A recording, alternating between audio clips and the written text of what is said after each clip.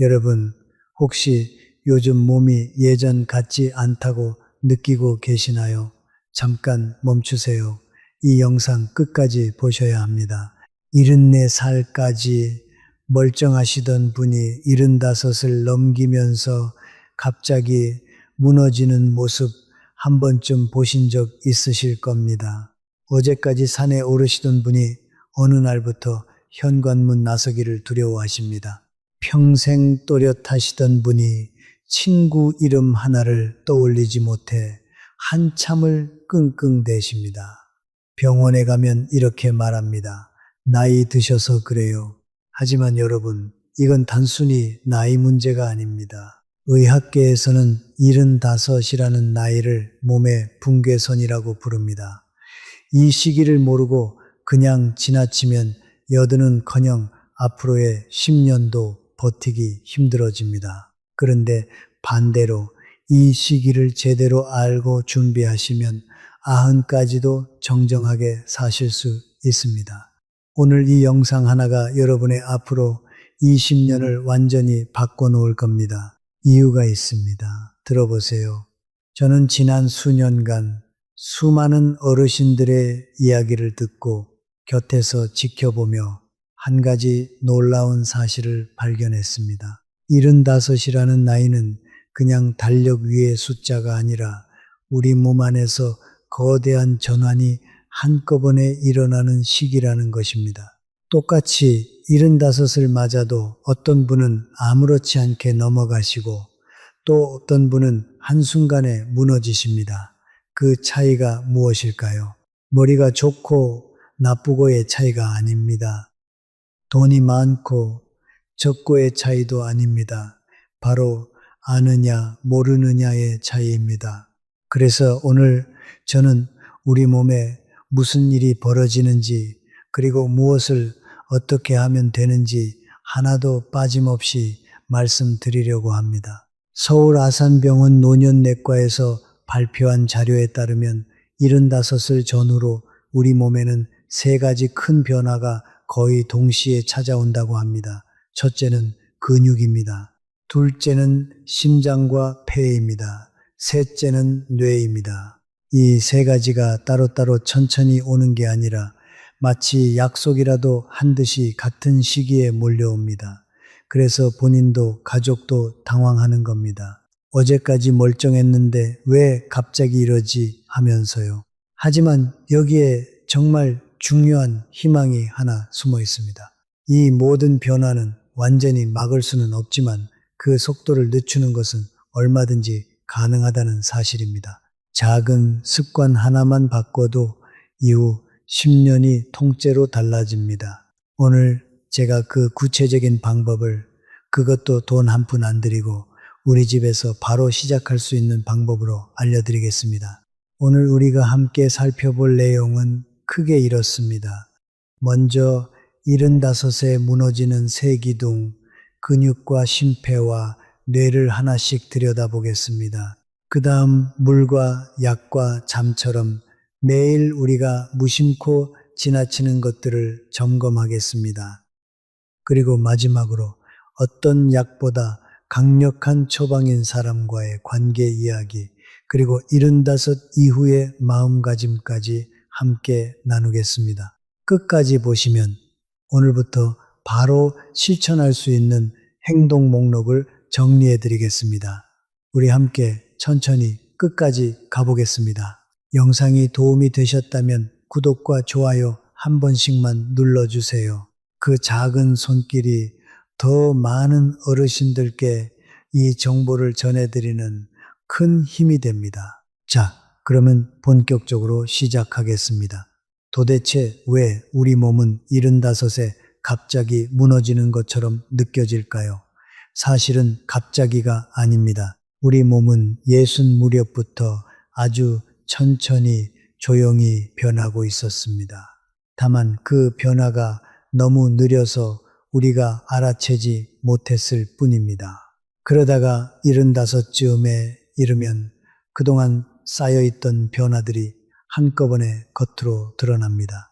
마치 2개 작은 금이 조금씩 가다가 어느 날 갑자기 물이 새어 나오는 것과 같습니다. 눅이 갑자기 무너진 게 아니라 보이지 않게 금이 가고 있었던 겁니다. 우리 몸도 똑같습니다. 질병관리청 통계를 보면 65에서 74살 사이보다 75 이후에 일상생활에 도움이 필요하다고 답한 비율이 2배 가까이 뛰어오릅니다. 정확히는 한 살 한 살 늘 때마다가 아니라 75이라는 선을 넘는 순간 곡선이 가파르게 꺾입니다. 그래서 의학계에서 이 나이를 붕괴선이라고 부르는 겁니다. 무서운 말처럼 들리시죠? 저도 처음 이 말을 들었을 때 가슴이 철렁했습니다. 그런데요, 이 선의 정체를 정확히 알고 나면 오히려 마음이 편해집니다. 막연한 두려움이 분명한 목표로 바뀌기 때문입니다. 어디가 약해지는지 알면 어디를 지키면 되는지도 알게 되니까요. 많은 어르신들이 이런 말씀을 하십니다. 아침에 일어나는데 몸이 천근만근이다. 조금만 걸어도 숨이 턱까지 차오른다. 어제 만난 사람 이름이 오늘 생각이 안 난다. 이런 작은 신호들을 우리는 그저 나이 탓이려니 하고 넘겨버립니다. 하지만 이것이야말로 몸이 우리에게 보내는 가장 친절한 경고입니다. 2개 금이 가기 시작했으니 지금 손을 보라는 신호인 거죠. 이 신호를 알아채는 분과 무시하는 분의 10년 뒤는 하늘과 땅 차이입니다. 오늘 이 영상을 보시는 여러분은 이미 그 신호를 알아채신 분들입니다. 그것만으로도 여러분은 다른 길 위에 서 계신 겁니다. 자, 이제 본론으로 들어갑니다. 75세 무너지는 첫 번째 기둥, 바로 근육 이야기입니다. 우리는 흔히 근육이라고 하면 운동선수나 젊은 사람들의 것이라고 생각합니다. 나이 들어 무슨 근육이냐 이러시는 분도 계십니다. 하지만 이건 정말 위험한 생각입니다. 75 이후 우리의 생존을 좌우하는 가장 중요한 열쇠가 바로 이 근육이기 때문입니다. 서울 아산병원 자료에 따르면 70에서 80 사이에 우리 몸의 근육은 평균 31% 가까이 사라진다고 합니다. 60 무렵의 근육 감소 속도와는 비교가 안 될 만큼 빠릅니다. 10년 동안 근육의 3분의 1이 녹아 없어진다고 생각해 보세요. 정말 무섭지 않습니까? 그런데 왜 근육이 그렇게 중요할까요? 단순히 힘이 약해지는 문제가 아닙니다. 우리 몸의 근육은 단순한 고깃덩어리가 아니라 살아있는 거대한 창고이자 공장입니다. 근육은 우리가 넘어지지 않게 몸의 중심을 잡아줍니다. 근육은 혈당을 끌어다가 저장하는 창고 역할도 합니다. 그래서 근육이 줄면 똑같이 먹어도 혈당이 더 잘 오릅니다. 게다가 근육은 우리 몸을 따뜻하게 데우고 면역과 회복에도 깊이 관여합니다. 한마디로 근육이 무너지면 몸 전체가 함께 무너지는 겁니다. 정수기로 비유하자면 근육은 물을 끌어올리는 펌프와 같습니다. 펌프가 약해지면 아무리 좋은 필터가 있어도 깨끗한 물이 콸콸 나오지 않습니다. 근육이 빠지기 시작하면 우리 몸에는 어떤 일이 벌어질까요? 처음에는 아주 사소합니다. 장바구니가 무겁게 느껴집니다. 의자에서 일어날 때 나도 모르게 어구구 소리가 나옵니다. 계단을 오를 때 난간을 자꾸 잡게 됩니다. 여기까지는 그래도 견딜만 합니다. 문제는 그 다음입니다. 근육이 더 빠지면 걸음걸이가 흔들리고 작은 턱에도 발이 걸립니다. 그러다 한번 넘어지면 75 이후의 낙상은 단순한 멍으로 끝나지 않습니다. 고관절이 부러지면 오랜 시간 누워 지내야 하고 그렇게 누워 있는 동안 근육은 더 빠르게 사라집니다. 악순환이 시작되는 겁니다. 서울 아산병원 자료에서도 고관절, 골절을 겪은 어르신들 중 상당수가 1년 안에 건강이 급격히 나빠진다고 경고하고 있습니다. 여기서 잠깐 효 이야기를 안 할 수가 없습니다. 근육이 무너져서 거동이 힘들어지면 결국 누군가의 손을 빌려야 합니다. 그 손은 대개 우리 자식들의 손입니다.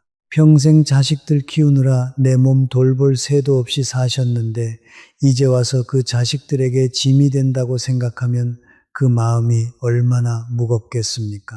제가 만나뵌 어르신들이 가장 두려워하시는 건 사실 죽음이 아니었습니다. 자식들에게 짐이 되는 것, 그게 가장 무섭다고 하셨습니다. 그래서 근육을 지키는 일은 단순히 내 건강을 위한 일이 아닙니다. 우리 가족 모두의 평안을 지키는 일입니다. 손잡고 공원을 걷는 그 평범한 행복을 끝까지 누리기 위한 일입니다. 그렇다면 어떻게 해야 할까요? 다행히 방법이 있습니다. 그것도 아주 간단합니다. 근육을 지키는 데는 딱 두 가지가 핵심이고 거기에 보너스로 하나만 더 챙기시면 됩니다. 첫째는 단백질입니다. 나이가 들면 입맛이 떨어진다고들 하시지만 75 이후에 단백질은 선택이 아니라 필수입니다. 거창할 것 없습니다. 아침에 삶은 계란 하나, 점심에 두부 한 모, 저녁에 생선 한 토막. 이 정도만 꾸준히 드셔도 근육이 빠지는 속도가 눈에 띄게 늦춰집니다. 고기를 씹기 힘드시면 계란찜이나 두부찌개도 좋습니다. 우유 한 잔, 작은 요구르트 하나도 훌륭한 단백질 공급원입니다. 끼니마다 손바닥만한 크기의 단백질, 이것만 기억하세요. 둘째는 움직임입니다. 운동이라고 거창하게 생각하지 마세요. 그냥 몸을 움직이는 습관이라고 여기시면 됩니다. 가장 쉬운 건 의자에서 앉았다 일어서기입니다. 텔레비전 보시면서 광고가 나올 때마다 의자에서 천천히 10번만 앉았다 일어서 보세요. 이것만으로도 우리 허벅지의 큰 근육이 깨어납니다. 허벅지 근육은 우리 몸에서 가장 큰 근육이라 여기만 지켜도 절반은 성공입니다. 처음엔 5번도 힘드실 수 있습니다. 괜찮습니다. 5번부터 시작하세요. 내일은 6번, 모레는 7번. 이렇게 천천히 늘려가시면 됩니다. 자, 이제 보너스입니다. 단백질을 드시고 나서 30분 안에 가볍게 몸을 움직여 주시면 그 단백질이 근육으로 가는 길이 활짝 열립니다. 식사 후 설거지를 하거나 집안을 한 바퀴 천천히 도는 것, 그것만으로 충분합니다. 우리 함께 오늘 저녁부터 의자에서 10번 시작해 보지 않으시겠습니까? 여기서 잠깐 여러분께 하나 여쭤보겠습니다. 혹시 요즘 바닥에 앉았다가 일어나실 때 손으로 무릎이나 바닥을 짚으시나요? 아니면 한 번에 일어나기가 힘들어서 의차하고 기압을 놓으시나요? 만약 그러신다면 이건 단순히 귀찮아서가 아니라 우리 다리 근육이 약해졌다는 분명한 신호입니다. 또 하나 여쭤보겠습니다. 페트병 뚜껑을 딸 때 예전보다 손에 힘이 안 들어가시나요? 손주가 내미는 손을 꽉 잡아주기가 어려우신가요? 손아귀 힘, 의학에서는 이걸 악력이라고 하는데요. 서울 아산병원 자료에 따르면 이 악력이야말로 우리 몸 전체 근육 상태를 보여주는 가장 정직한 거울이라고 합니다. 손힘이 약해졌다는 건 온몸의 근육이 함께 약해지고 있다는 뜻입니다. 그런데 왜 하필 75 무렵에 근육이 이렇게 빨리 빠질까요? 이유를 알면 대처법도 보입니다. 우리가 단백질을 먹으면 그것이 곧바로 근육이 되는 게 아닙니다. 몸 안에서 근육을 새로 짓는 공사가 일어나야 합니다. 그런데 나이가 들면 이 공사를 시작하는 신호 자체가 둔해집니다. 똑같이 고기를 한 점 먹어도 젊을 때는 공사가 활발하게 일어나지만 75 이후에는 그 반응이 절반 수준으로 떨어집니다. 그래서 더더욱 한 번에 충분한 양의 단백질이 들어와야 공사가 시작되는 겁니다. 조금씩 찔끔찔끔 드시면 신호가 약해서 공사가 아예 시작되지 않습니다. 이게 바로 어르신들이 적게 드시면서 근육이 더 빨리 빠지는 숨은 이유입니다. 또 한 가지 무서운 사실이 있습니다. 근육은 우리 몸에서 혈당을 끌어다 쓰는 가장 큰 창고라고 말씀드렸죠. 근육이 줄면 이 창고가 작아집니다. 그러면 밥을 먹고 올라간 혈당이 갈 곳을 잃고 피 속에 둥둥 떠다닙니다. 그게 바로 당뇨로 가는 길입니다. 실제로 삼성 서울병원 자료를 보면 근육량이 적은 어르신은 그렇지 않은 분에 비해 당뇨 위험이 한참 높게 나타납니다. 그러니 근육을 지키는 일은 당뇨를 막는 일이기도 합니다. 무릎 힘만 지키는 게 아니라 혈당까지 함께 지키는 일이라는 거죠. 운동 한 가지로 두 가지 병을 막는 셈이니 이보다 더 남는 장사가 어디 있겠습니까? 제가 곁에서 지켜본 분 중에 수원에 사시는 윤재호 어르신이 계셨습니다. 올해 77이신데요. 평생 은행에서 일하시다 정년 퇴직을 하신 분입니다. 이분이 70대 초반까지만 해도 정장 차림에 꼿꼿한 자세로 동네에서 멋쟁이로 통하셨습니다. 그런데 75을 넘기면서 어느 날부터 의자에서 일어날 때마다 휘청거리기 시작하셨습니다. 처음엔 본인도 그러려니 하셨답니다. 그런데 한 번은 손주를 안아 올리려다 다리에 힘이 풀려 둘 다 주저앉을 뻔하셨대요. 그날 윤재호 어르신은 큰 충격을 받으셨습니다. 손주 하나 못 안아주는 할아버지가 되었구나 싶어 며칠을 우울하게 보내셨다고 합니다. 체면을 중히 여기시던 분이라 남들 앞에서 휘청거리는 모습을 보이는 게 무엇보다 견디기 힘드셨다고 합니다. 그러던 차에 동네 복지관에서 우연히 근력교실 안내문을 보셨습니다. 처음엔 사내대장부가 무슨 체조 교실이냐 싶어 망설이셨답니다. 하지만 손주 얼굴이 자꾸 떠올라 용기를 내어 등록하셨습니다. 거기서 배운 건 정말 단순했습니다. 의자에서 천천히 앉았다 일어서기, 벽을 짚고 발 뒤꿈치 들었다 내리기, 그리고 식사 때마다 단백질 꼭 챙기기. 윤재호 어르신은 반신반의하면서도 매일 거르지 않고 하셨습니다. 은행원 출신답게 달력에 동그라미를 치며 하루도 빠짐없이 기록하셨다고 합니다. 석 달이 지나자 놀라운 변화가 찾아왔습니다. 의자에서 일어날 때 더 이상 휘청거리지 않게 되셨습니다. 6달이 지나자 그렇게 그리워하시던 손주를 번쩍 안아 올리실 수 있게 되었습니다.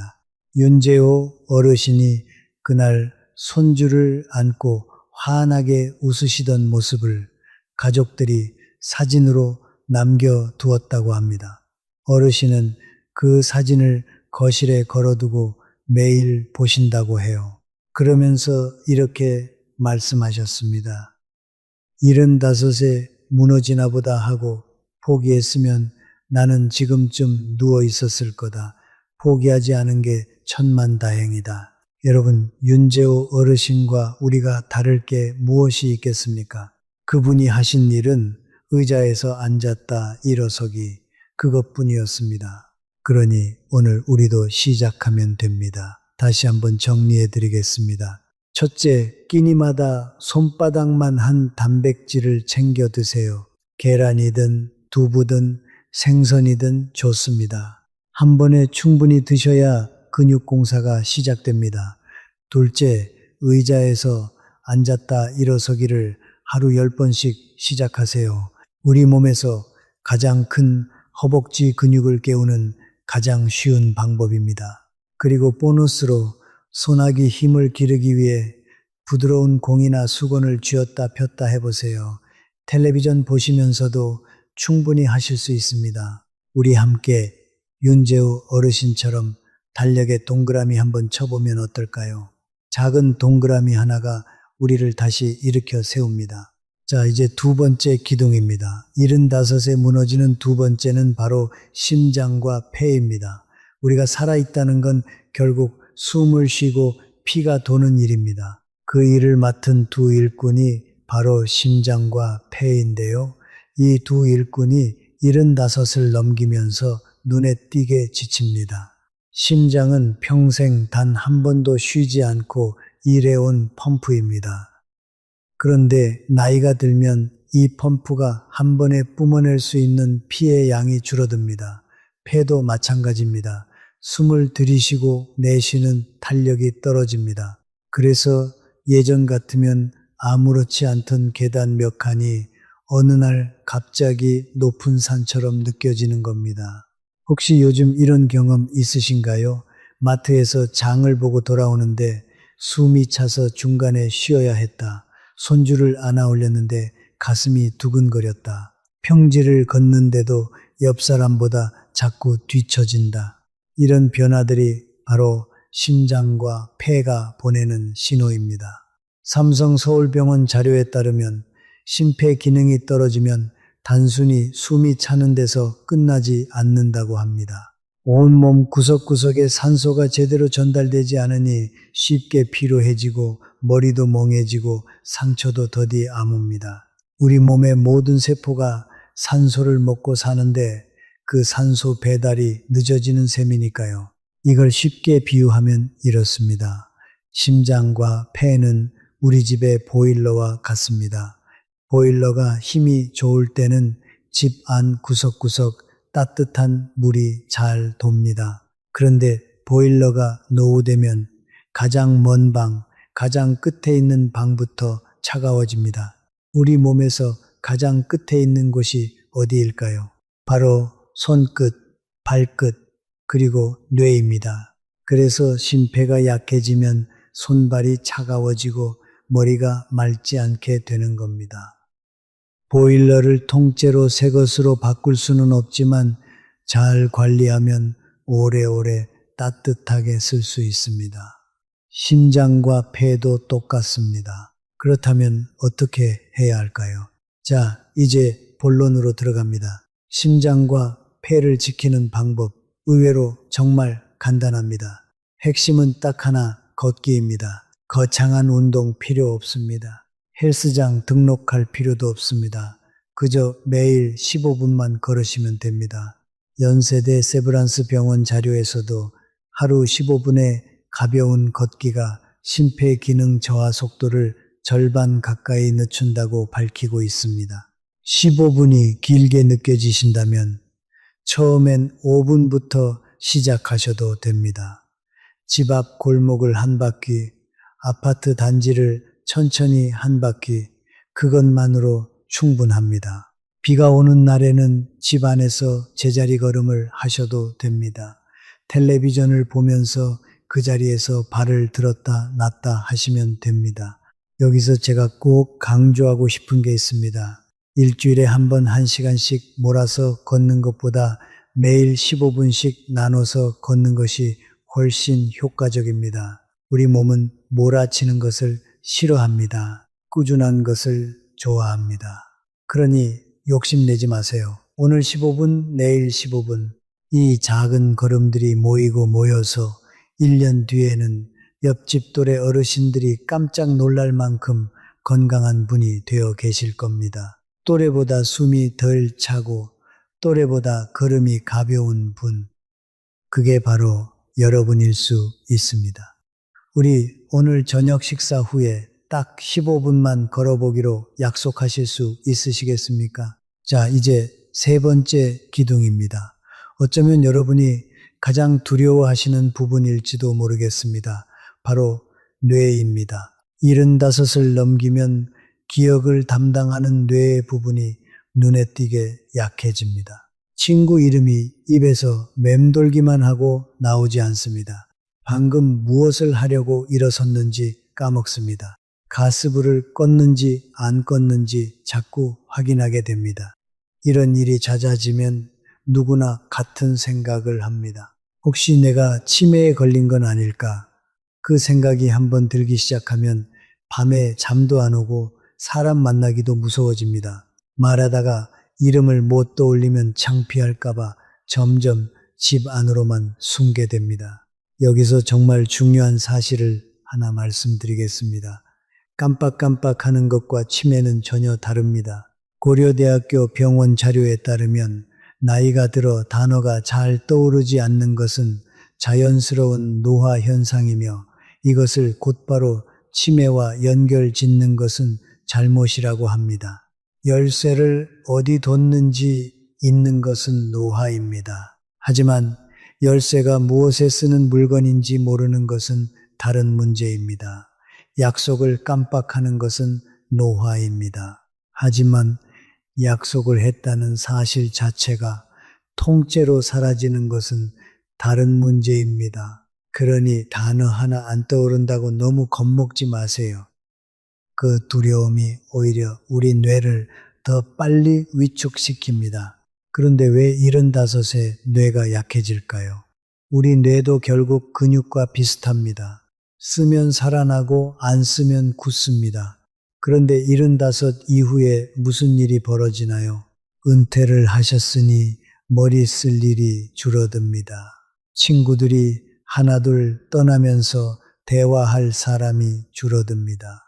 외출이 줄어드니 새로운 자극을 받을 일이 줄어듭니다. 결국 뇌가 일을 안 하게 되는 겁니다. 일을 안 하는 뇌는 빠르게 녹슬어 갑니다. 마치 오랫동안 시동을 걸지 않은 자동차가 어느 날 갑자기 시동이 안 걸리는 것처럼 말입니다. 그러니 뇌가 약해지는 진짜 원인은 나이 그 자체가 아니라 뇌를 쓰지 않는 생활인 경우가 많습니다. 그렇다면 어떻게 뇌를 지킬 수 있을까요? 다행히 방법이 있습니다. 그리고 이 방법은 돈도 안 들고 오히려 즐겁기까지 합니다. 첫째는 대화입니다. 누군가와 이야기를 나누는 것만으로도 우리 뇌는 활발하게 움직입니다. 상대의 말을 듣고 이해하고 대답을 떠올리고 그 대답을 말로 옮기는 이 모든 과정이 뇌에게는 최고의 운동입니다. 하루에 단 10분이라도 누군가와 진짜 대화를 나누세요. 전화 한 통이면 충분합니다. 둘째는 새로운 것을 배우는 일입니다. 스마트폰으로 사진 보내는 법, 새로운 노래 한 곡, 화투든 바둑이든 손주에게 게임 하나 배우기, 무엇이든 좋습니다. 새로운 것을 익히는 그 순간 뇌에는 새로운 길이 뚫립니다. 자, 이제 보너스입니다. 잘 자는 것입니다. 깊은 잠을 자는 동안 우리 뇌는 낮에 쌓인 노폐물을 청소합니다. 잠이 곧 뇌 청소 시간인 셈이죠. 잠 이야기는 뒤에서 더 자세히 다루겠습니다. 자, 여기까지 75에 무너지는 새 기둥, 근육과 심폐와 뇌를 살펴봤습니다. 머리로는 이해가 되시는데 그래서 실제로 사람이 어떻게 달라질 수 있다는 거냐 궁금하실 겁니다. 그래서 제가 실제로 곁에서 지켜본 한 분의 이야기를 들려드리겠습니다. 포항에서 작은 꽃집을 오래 하시다 가게를 정리하신 권순애님 이야기입니다. 올해 64이신데요. 이분이 어떻게 마음을 바꾸셨는지가 정말 중요합니다. 권순애님께는 2살 위 언니가 한 분 계셨습니다. 그 언니가 바로 이른이 채 안 되어 무너지기 시작하셨거든요. 권순애님의 언니는 67까지만 해도 정말 정정하셨다고 합니다.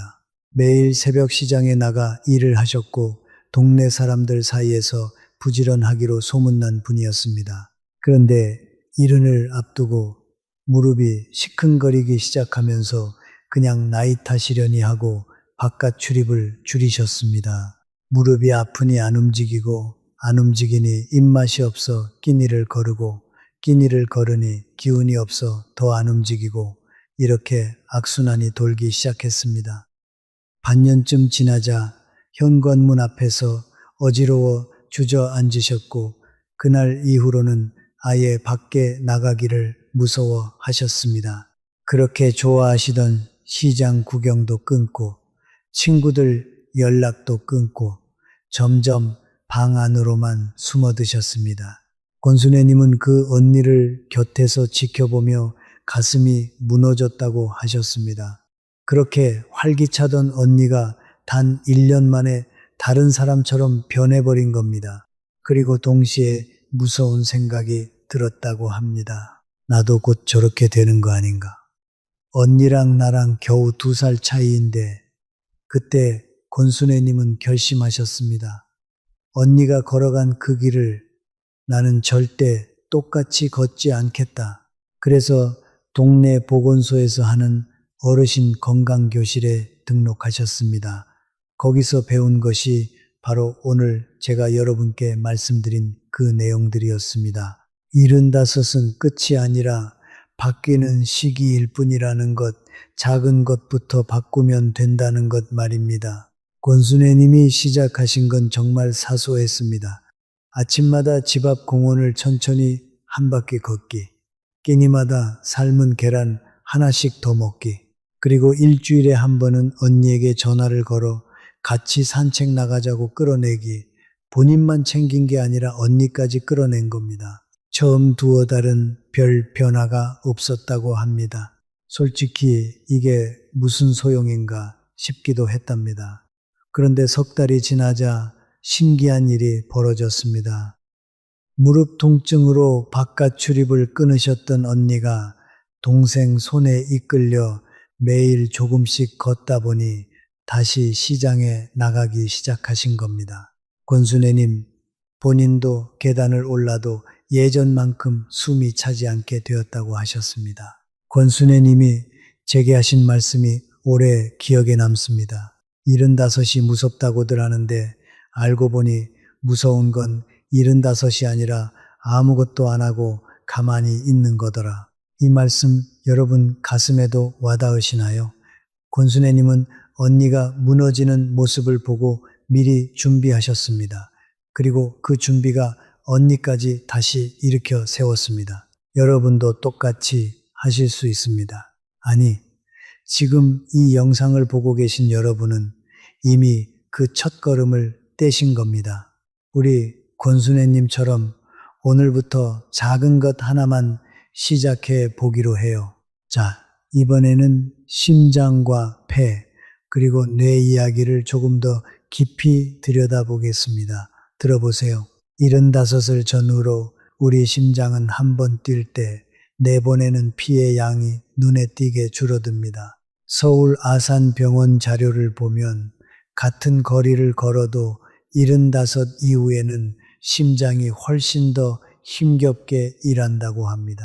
그래서 예전에는 아무렇지 않던 계단 몇 칸이 어느 날 갑자기 높은 산처럼 느껴지는 겁니다. 여기서 우리 몸이 보내는 신호를 스스로 점검해 보는 방법이 있습니다. 평지를 평소 속도로 걸으면서 옆 사람과 이야기를 나눌 수 있는지 보세요.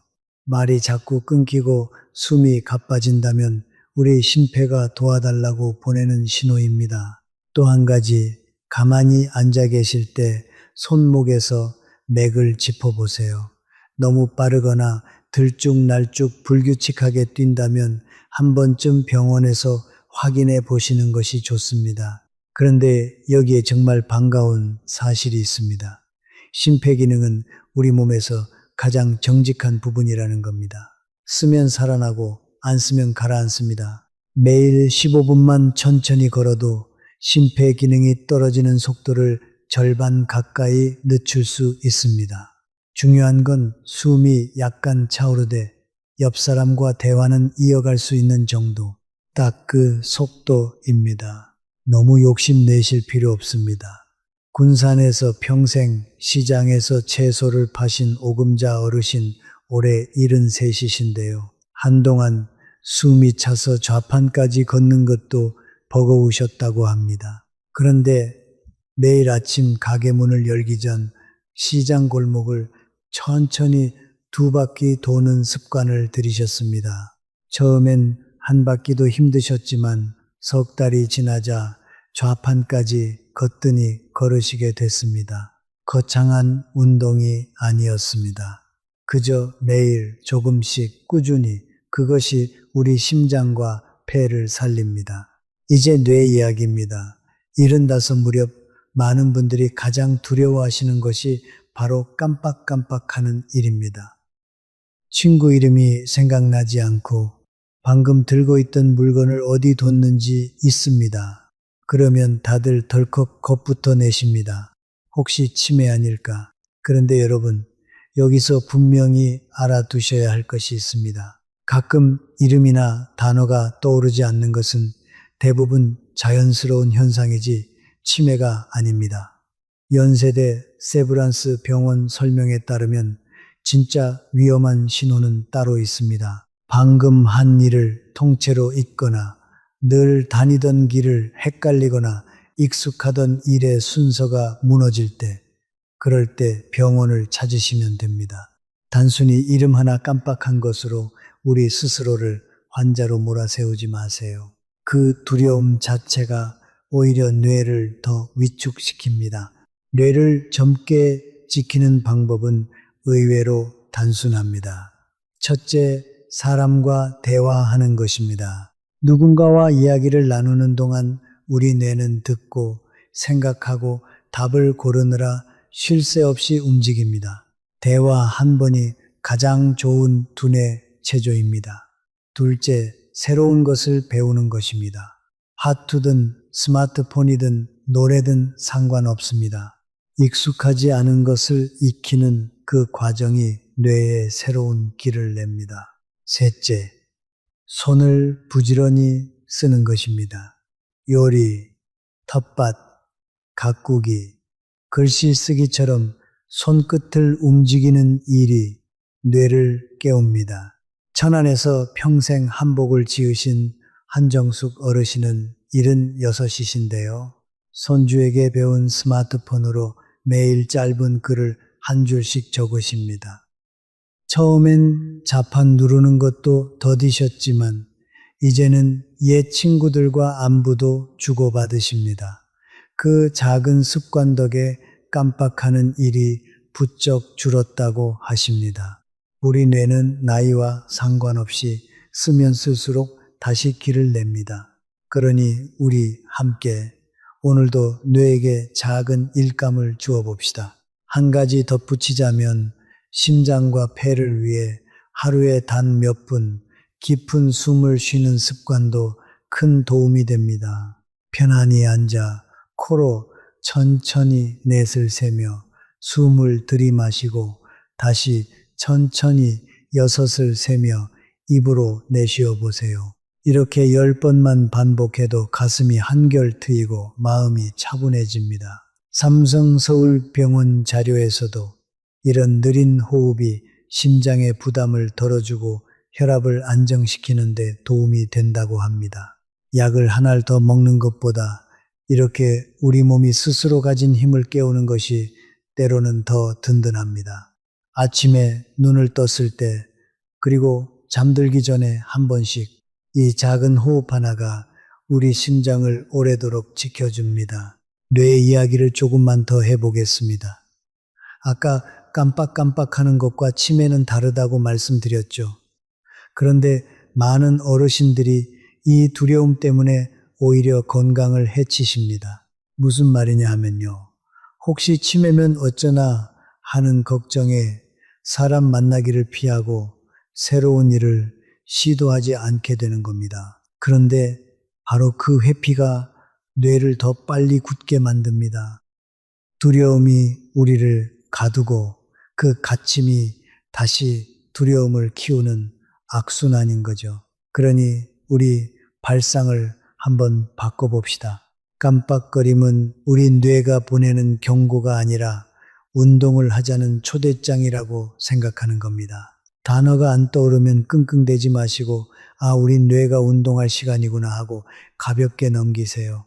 연세대 세브란스 병원 자료에 따르면 뇌를 건강하게 지키는 데는 3가지가 함께 필요하다고 합니다. 첫째는 새로운 자극, 둘째는 사람과의 교류, 셋째는 적당한 몸의 움직임입니다. 흥미로운 사실은 이 3가지가 따로 노는 게 아니라는 겁니다. 친구를 만나러 밖에 나가면 걷게 되니 몸이 움직이고 대화를 하니 자극이 되고 사람과 교류까지 한꺼번에 일어납니다. 그래서 75 이후에는 그저 밖에 나가 사람을 만나는 것만으로도 뇌 건강의 3가지를 동시에 챙기는 셈입니다. 집에만 계시면 이 3가지를 한꺼번에 잃습니다. 그러니 오늘 단 한 번이라도 우리 밖으로 나가보기로 해요. 여기에 더해 75 이후 꼭 챙겨야 할 숨은 기둥이 하나 더 있습니다. 바로 균형 감각입니다. 근육이 아무리 튼튼해도 중심을 잡는 균형 감각이 무너지면 넘어집니다. 그리고 앞서 말씀드렸듯 이 나이의 낙상은 인생을 송두리째 바꿔놓을 만큼 위험합니다. 질병관리청 자료를 보면 75 이상 어르신의 입원 원인 중에서 낙상이 상당히 높은 비중을 차지합니다. 길에서 크게 다치는 것보다 사실은 집안에서 넘어지는 경우가 더 많습니다. 화장실 문턱, 거실 전기선, 미끄러운 욕실 바닥, 이런 곳들이 우리 집 안에 숨은 함정입니다. 균형 감각은 다행히 아주 간단한 방법으로 기를 수 있습니다. 부엌 싱크대나 식탁을 한 손으로 가볍게 짚고 한쪽 발을 살짝 들어 10초만 버텨보세요. 그 다음 반대쪽 발도 10초. 처음엔 비틀거리셔도 괜찮습니다. 매일 하다 보면 점점 오래 버틸 수 있게 됩니다. 양치질 하시는 동안 한 발로 서보는 것도 좋은 방법입니다. 하루에 단 1분. 이 작은 연습이 우리를 넘어지지 않게 지켜줍니다. 그리고 집안의 함정도 오늘 한번 점검해 보세요. 걸려 넘어질 만한 전기선은 벽에 붙이고 욕실 바닥엔 미끄럼 방지 매트를 깔고 밤에 화장실 가는 길엔 작은 불을 하나 켜두세요. 돈 몇천 원이면 우리 가족 모두가 마음을 놓을 수 있습니다. 제주에 사시는 백정자 어르신 이야기를 들려드리고 싶습니다. 올해 76이신데요. 평생 밭일을 하신 분이라 누구보다 건강을 자신하셨습니다. 그런데 어느 날 새벽 화장실에 가시다 어두운 거실에서 발을 헛디뎌 넘어지셨습니다. 다행히 크게 다치진 않으셨지만 손목에 금이 가서 한 달을 깁스를 하고 지내셨습니다.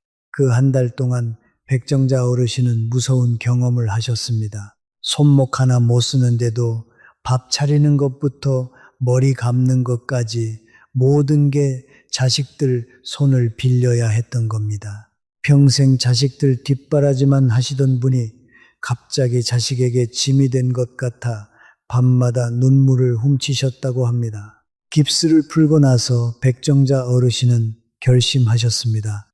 다시는 이렇게 넘어지지 않겠다. 그래서 시작하신 게 바로 한 발 서기 연습과 집 안 정리였습니다. 어두운 새벽길을 위해 작은 등을 하나 켜두고 욕실엔 미끄럼 매트를 깔고 매일 밭에 나가기 전 부엌에서 한 발 서기를 하셨습니다. 1년이 지난 지금 백정자 어르신은 다시 밭일을 하시며 이렇게 말씀하십니다. 넘어지고 나서야 알았다. 건강은 안 아플 때 지키는 거더라. 여러분, 우리는 백정자 어르신처럼 넘어지고 나서 깨닫지 말고 오늘 미리 준비합시다. 한 발 서기 10초, 그리고 집안의 작은 함정 치우기. 이 2가지면 우리 가족 모두가 2발 뻗고 잘 수 있습니다. 자, 한 가지 더. 75 이후 우리가 꼭 챙겨야 할 것이 있습니다. 바로 몸의 온기와 혈액순환입니다. 들어보세요. 나이가 들면 손끝과 발끝이 유난히 차가워집니다. 한여름에도 발이 시리다고 하시는 분들이 많습니다.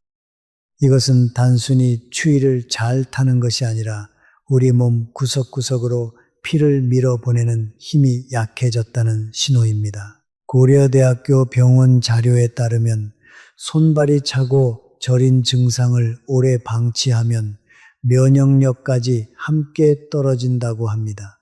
우리 몸은 따뜻해야 제 기능을 합니다. 체온이 조금만 떨어져도 면역을 지키는 일꾼들이 게을러지고 그러면 작은 감기 하나도 크게 앓게 됩니다. 그러니 75 이후에는 무엇보다 몸을 따뜻하게 지키는 일이 중요합니다. 스스로 점검해 보는 방법이 있습니다. 가만히 앉아 양쪽 발을 만져보세요. 한쪽 발만 유난히 차거나 발 색깔이 창백하거나 걷고 나면 종아리가 쥐어짜듯 아프다면 한 번쯤 병원에서 혈관 상태를 확인해 보시는 것이 좋습니다. 평소에는 이렇게 챙기시면 됩니다. 첫째, 발을 늘 따뜻하게 하세요. 양말을 신고 주무시고 잠들기 전 따뜻한 물에 발을 10분만 담그셔도 혈액순환이 한결 좋아집니다. 둘째, 자주 움직이세요.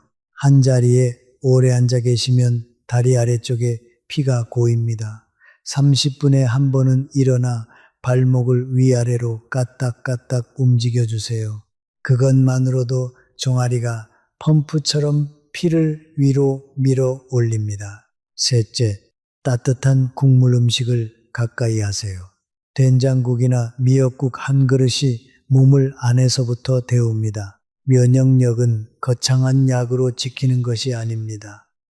잘 자고, 잘 먹고, 따뜻하게 지내고, 적당히 움직이는 그 평범한 일상이 우리 몸의 가장 든든한 방패입니다. 대구에 사시는 문옥분 어르신, 올해 74이신데요. 한동안 잔병 치레가 끊이질 않으셨습니다. 감기가 떨어질만 하면 또 걸리고 늘 몸이 으슬으슬하다고 하셨습니다. 그런데 매일 밤 따뜻한 물에 발을 담그고 양말을 신고 주무시고 아침마다 된장국 한 그릇을 챙겨 드시기 시작하셨습니다. 2달이 지나자 손발 시린 증상이 눈에 띄게 줄고 그 잦던 감기도 거의 사라졌다고 합니다. 특별한 비결이 아니었습니다. 그저 우리 몸을 따뜻하게 그리고 부지런히 움직여주는 것, 그것이 75 이후 우리 면역을 지키는 가장 확실한 방법입니다. 우리 어르신들 오늘 밤부터 따뜻한 양말 한 켤레부터 챙겨 신어보세요. 자, 여기서 잠깐 숨을 고르며 지금까지 나눈 이야기를 정리해 보겠습니다. 우리는 75이라는 붕괴선에서 무너지는 세 기둥을 살펴봤습니다. 첫째, 근육, 단백질과 움직임으로 지킨다. 둘째, 심장과 폐, 매일 15분 걷기로 지킨다. 셋째, 뇌, 대화와 새로운 배움으로 지킨다. 여기까지 따라오셨으면 절반은 오신 겁니다. 정말 잘하고 계십니다. 그런데요, 이 세 기둥을 떠받치는 보이지 않는 바닥이 또 있습니다. 우리가 매일 무심코 지나치는 것들, 바로 물과 약과 잠입니다. 이 세 가지를 놓치면 아무리 걷고 단백질을 챙겨도 밑 빠진 독에 물 붓기가 됩니다. 지금부터 이 바닥을 단단히 다지는 법을 말씀드리겠습니다. 먼저 물입니다. 여러분, 하루에 물 몇 잔이나 드시나요? 많은 어르신들이 이렇게 말씀하십니다. 나는 목이 안 말라서 물을 잘 안 마셔. 바로 그게 함정입니다. 나이가 들면 우리 몸은 목마름을 느끼는 감각 자체가 둔해집니다.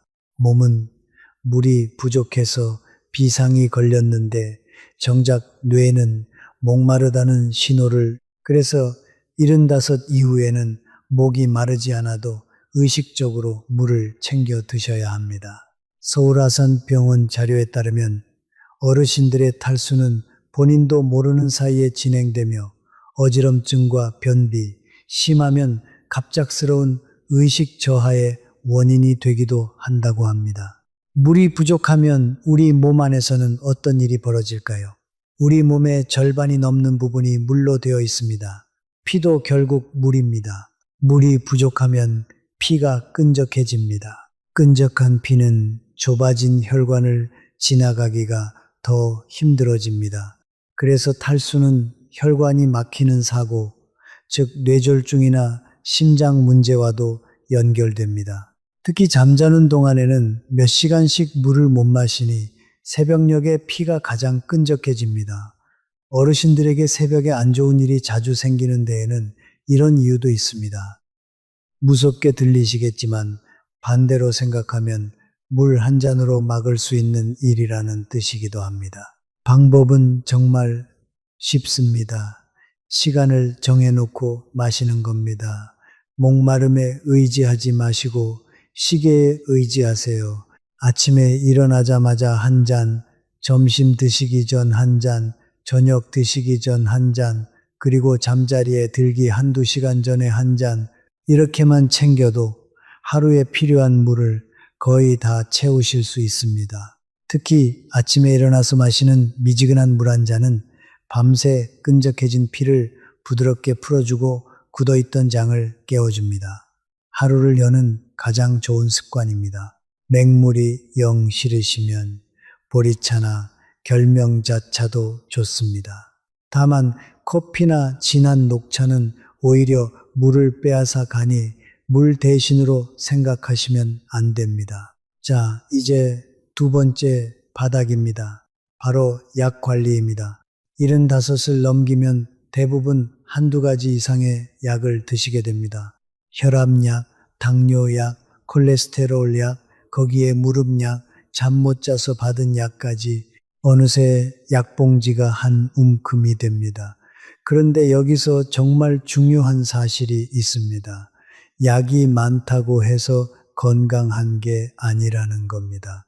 오히려 약이 너무 많으면 약끼리 부딪혀서 새로운 문제를 일으키기도 합니다. 삼성서울병원 자료에서도 여러 병원에서 받은 약을 한꺼번에 드시는 어르신들에게 중복되거나 충돌하는 약이 적지 않게 발견된다고 경고하고 있습니다.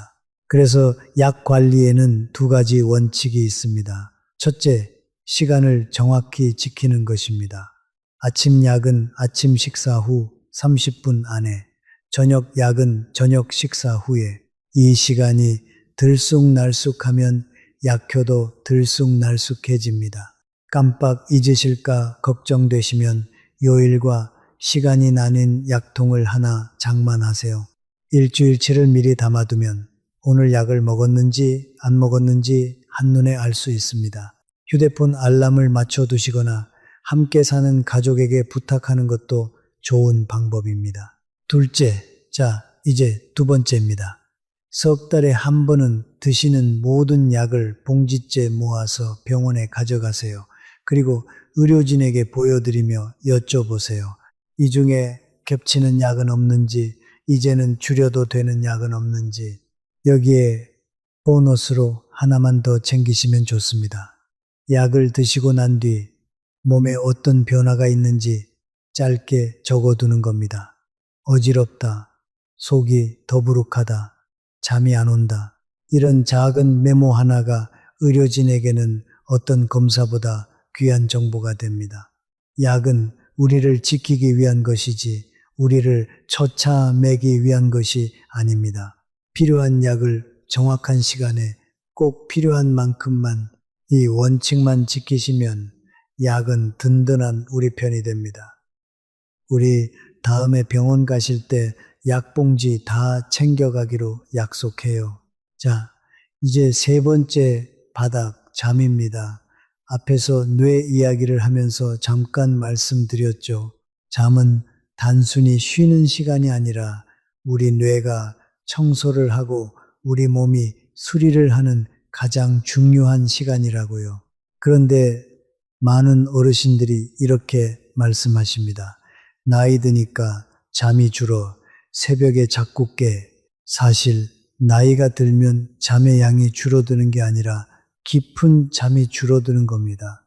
얕은 잠만 자다 보니 자주 깨고 자고 일어나도 개운하지가 않은 거죠.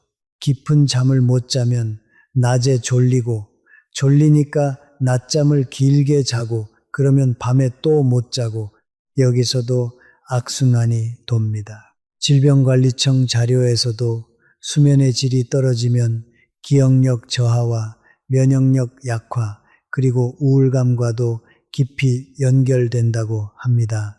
그러니 잠을 잘 자는 것은 75 이후 건강의 숨은 열쇠입니다. 그렇다면 어떻게 깊은 잠을 되찾을 수 있을까요?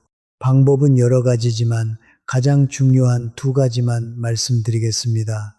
첫째, 낮잠을 30분 안으로 줄이세요. 낮잠이 길어지면 밤잠을 도둑맞습니다. 식사 후 졸음이 쏟아지면 30분만 의자에 기대어 짧게 주무세요. 그리고 오후 늦은 시간에는 아예 주무시지 않는 게 좋습니다. 자, 이제 두 번째입니다. 잠자리에 들기 전 1시간은 우리 몸에게 이제 곧 잘 시간이라는 신호를 주는 시간입니다.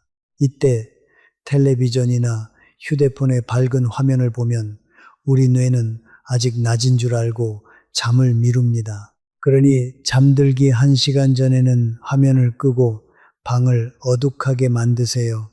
따뜻한 우유 한 잔이나 잔잔한 음악도 도움이 됩니다. 그리고 정말 중요한 한 가지, 침대는 오직 잠자는 곳으로만 쓰세요. 침대에 누워서 텔레비전을 보거나 한참을 뒤척이면 우리 몸은 침대를 깨어있는 곳으로 기억합니다. 졸릴 때 누우시고 잠이 안 오면 잠깐 일어나 다른 데서 쉬다가 다시 누우세요. 침대는 잠자는 곳, 이 기억이 몸에 새겨지면 눕자마자 스르르 잠이 오게 됩니다. 여기까지 물과 약과 잠, 우리가 매일 무심코 지나치던 세 가지 바닥을 다져봤습니다. 어떠세요? 하나도 어렵지 않으시죠? 돈이 드는 것도 아니고 특별한 기구가 필요한 것도 아닙니다. 그저 시간을 정해 물을 마시고 약봉지를 잘 챙기고 잠자리 습관을 조금 바꾸는 것뿐입니다.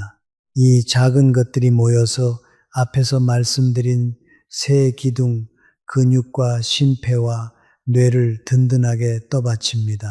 이제 정말 중요한 이야기가 하나 남았습니다. 어쩌면 오늘 나눈 모든 이야기 중에서 가장 강력한 약일지도 모릅니다.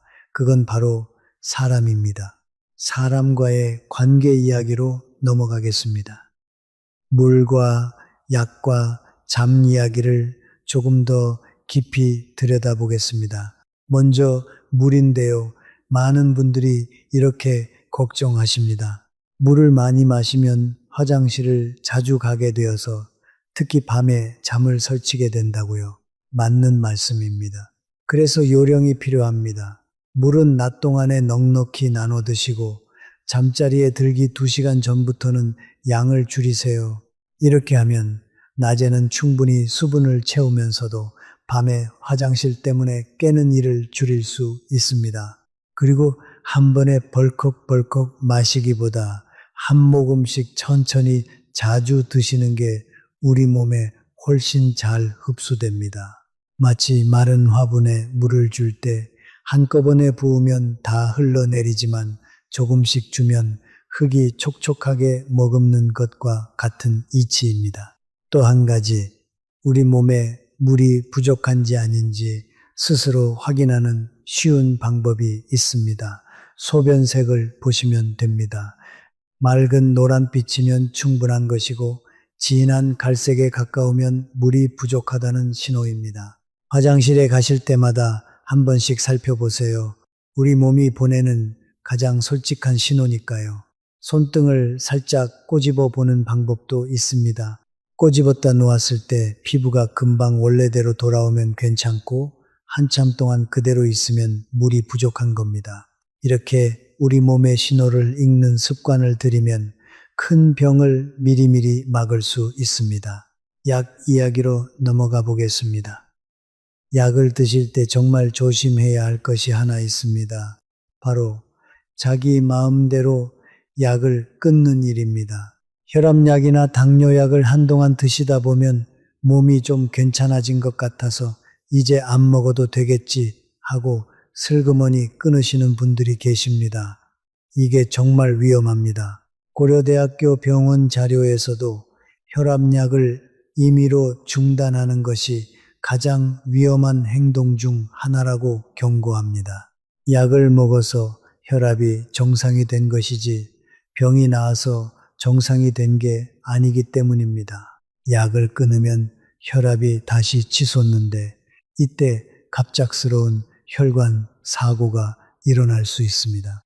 그러니 약을 줄이거나 끊는 일은 반드시 의료진과 먼저 상의하세요. 그리고 약과 함께 드시면 안 되는 음식도 알아두시면 좋습니다. 자몽이라는 과일은 일부 혈압약이나 콜레스테롤 약과 부딪혀서 약효를 너무 세게 만들 수 있습니다. 또 혈액을 묽게 하는 약을 드시는 분은 시금치나 미역 같은 음식을 갑자기 많이 드시면 약효가 흔들릴 수 있습니다. 너무 복잡하게 생각하실 것 없습니다. 새로운 약을 받으실 때 약사 선생님께 이 약이랑 같이 먹으면 안 되는 게 있나요? 하고 딱 한마디만 여쭤보세요. 그 한마디가 우리 건강을 지키는 든든한 울타리가 됩니다. 약은 정수기 필터를 청소하는 약품과 같습니다. 제대로 쓰면 깨끗한 물을 주지만 아무렇게나 쓰면 오히려 탈이 납니다. 마지막으로 잠 이야기를 조금 더 해보겠습니다. 천안에 사시는 서영순 어르신 이야기인데요. 올해 66이시고 평생 약국을 운영하셨던 분입니다. 그런데 가게를 정리하고 은퇴하신 뒤로 깊은 불면증에 시달리셨습니다. 밤마다 두세 시간씩 천장만 바라보다 새벽이 되어서야 겨우 잠이 드셨다고 합니다. 잠을 못 자니 낮에 늘 멍하고 머리가 안 돌아가니 또 치매 걱정이 들고 그 걱정 때문에 또 잠이 안 오고 서영순 어르신은 이 악순환에 갇혀 몇 달을 고생하셨습니다. 약사 출신이시라 수면제에 의존하는 게 얼마나 위험한지 잘 아셨기에 약에 손 떼지 않고 버티시느라 더 힘드셨다고 합니다. 그러던 중 동네 건강 강좌에서 잠에 관한 이야기를 들으셨습니다. 거기서 배운 대로 서영순 어르신은 생활을 조금씩 바꾸셨습니다. 아무리 잠을 못 잤어도 아침 7시면 반드시 일어나 커튼을 활짝 열고 햇빛을 쬐셨습니다. 낮잠은 점심 후 딱 20분만, 저녁 6시 이후로는 커피를 끊으셨고 잠들기 1시간 전엔 휴대폰을 멀리 두고 따뜻한 물로 발을 담그셨습니다. 처음 일주일은 별 효과가 없었답니다. 하지만 2주, 3주가 지나자 신기하게도 잠드는 시간이 점점 빨라졌습니다. 지금 서영순 어르신은 약 한 알 없이도 밤이면 스르르 잠이 든다고 하십니다. 서영순 어르신이 하신 말씀이 인상 깊었습니다. 잠은 억지로 자려고 하면 더 안 온다. 그냥 낮을 잘 보내면 밤은 저절로 따라오더라. 정말 맞는 말씀입니다. 좋은 잠은 밤에 만들어지는 게 아니라 낮에 만들어집니다. 낮에 햇빛 보고 몸을 움직이고 사람을 만나면 밤에 잠이 알아서 찾아옵니다. 그러니 우리 잠이 안 온다고 너무 애태우지 맙시다. 대신 낮을 알차게 보내는데 마음을 쏟아봅시다. 그것이 어떤 수면제보다 안전하고 강력한 우리 몸에 꼭 맞는 처방입니다. 자, 그러면 이 모든 이야기를 우리 하루 일과 속에 어떻게 녹여낼 수 있을지 아주 구체적으로 그려보겠습니다. 들어보세요. 거창한 계획은 필요 없습니다. 평범한 하루에 작은 습관 몇 개만 끼워 넣으면 됩니다. 아침에 눈을 뜨시면 가장 먼저 따뜻한 물 한 잔을 천천히 드세요. 밤새 마른 몸을 깨우고 굳어있던 장을 부드럽게 움직여주는 가장 좋은 습관입니다. 그 다음 창문을 활짝 열고 아침 햇살을 잠깐이라도 쬐세요. 아침 빛은 우리 몸의 시계를 바로잡아 주어서 그날 밤 잠까지 깊어지게 만듭니다. 아침 식사로는 단백질을 꼭 챙기세요. 삶은 달걀 하나, 두부 한 조각 또는 따뜻한 두유 한 잔이면 충분합니다. 우리 근육은 아침에 단백질이 들어와야 하루 종일 든든하게 버팁니다. 식사를 마치셨으면 가벼운 산책을 나가보세요. 집 앞 공원이든 아파트 단지든 상관없습니다. 15분 옆 사람과 이야기는 나눌 수 있되 숨은 약간 차오르는 그 속도로 천천히 걸으세요. 날이 뛰쳐 나가기 어려우시면 거실에서 제자리 걸음을 하셔도 됩니다. 텔레비전을 보시면서 의자에 앉았다 일어서기를 10번, 이것만으로도 허벅지 근육이 깨어납니다. 점심 식사 전에는 다시 물 한 잔, 점심에도 손바닥만 한 크기의 단백질을 챙기세요. 생선 한 토막이나 두부조림 또는 닭가슴살처럼 부드러운 고기면 좋습니다. 씹기 힘드시면 계란찜이나 두부찌개로 드셔도 똑같이 좋습니다. 식후에는 잠깐 앉아 쉬시되 낮잠을 주무신다면 30분을 넘기지 마세요. 낮잠이 길어지면 정작 밤잠을 빼앗기게 됩니다. 오후에는 누군가와 연결되는 시간을 만들어 보세요. 옛 친구에게 전화 한 통을 거시거나 동네 경로당이나 복지관에 잠깐 들르셔도 좋습니다. 거기서 새 친구를 사귀지 않으셔도 됩니다. 그저 사람들 사이에 잠시 머무는 것만으로도 우리 마음에 온기가 돕니다.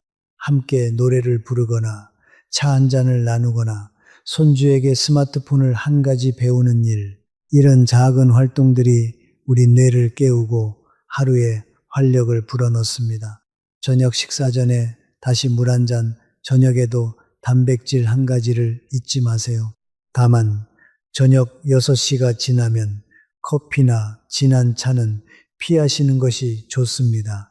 잠을 방해하기 때문입니다. 저녁을 드신 뒤에는 하루를 천천히 마무리합니다. 잠들기 1시간 전에는 텔레비전과 스마트폰 화면을 끄세요. 환한 화면빛이 우리 뇌를 깨워 잠을 쫓아냅니다. 대신 따뜻한 우유 한 잔이나 바나나 반 개를 드시면 잠이 한결 부드럽게 찾아옵니다. 침대는 오직 잠을 자는 곳이라는 것을 우리 몸이 기억하게 하세요. 침대에 누워 텔레비전을 보거나 책을 오래 읽지 마시고 졸음이 올 때 누우세요. 그리고 마지막으로 잠들기 직전에 오늘 감사한 일 3가지를 가만히 떠올려 보세요. 따뜻했던 햇살, 맛있게 먹은 한 끼, 반가운 목소리로 통화한 친구. 이렇게 작은 것들을 헤아리다 보면 우리 하루가 생각보다 훨씬 풍성했음을 깨닫게 됩니다.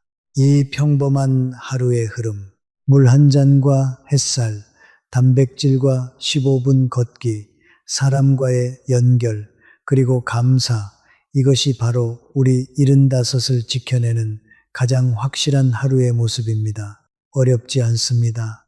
우리 함께 바로 오늘부터 시작해 봅시다. 자, 여기서 제가 직접 만나 뵙고 이야기를 들었던 한 어르신의 사연을 들려드리겠습니다. 들어보세요. 안동에 사시는 정해철 어르신, 올해 75이십니다. 평생 우체국에서 일하시다 정년을 맞으신 분인데 73까지만 해도 동네에서 소문난 정정한 분이셨습니다. 매일 새벽이면 어김없이 뒷산에 오르셨고 친구분들과 바둑도 두시고 손주들과 공원도 산책하셨습니다. 주변에서는 다들 이렇게 말했습니다.